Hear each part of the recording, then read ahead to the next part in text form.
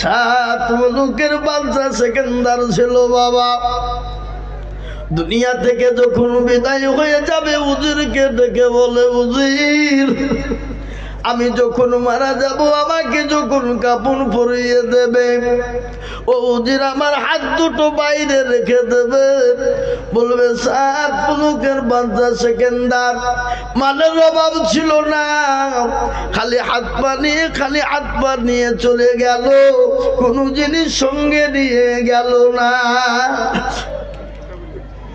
এ বাদশা ছিলেন সেকেন্দার,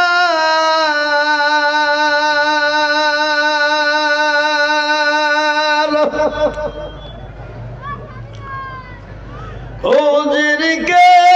ডাকিয়া কহেন সমাচার, শোনো শোনো ও গো উজির মেরি বাপ, কাফনের বাহিরে রেখো আমার দুটি হাত, লোকে যখন জিজ্ঞাসিবে তোমাকে,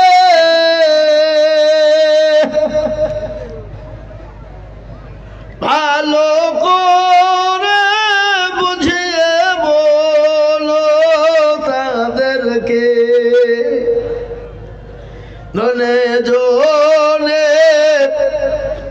কম ছিল না মোর সংসারে, খালি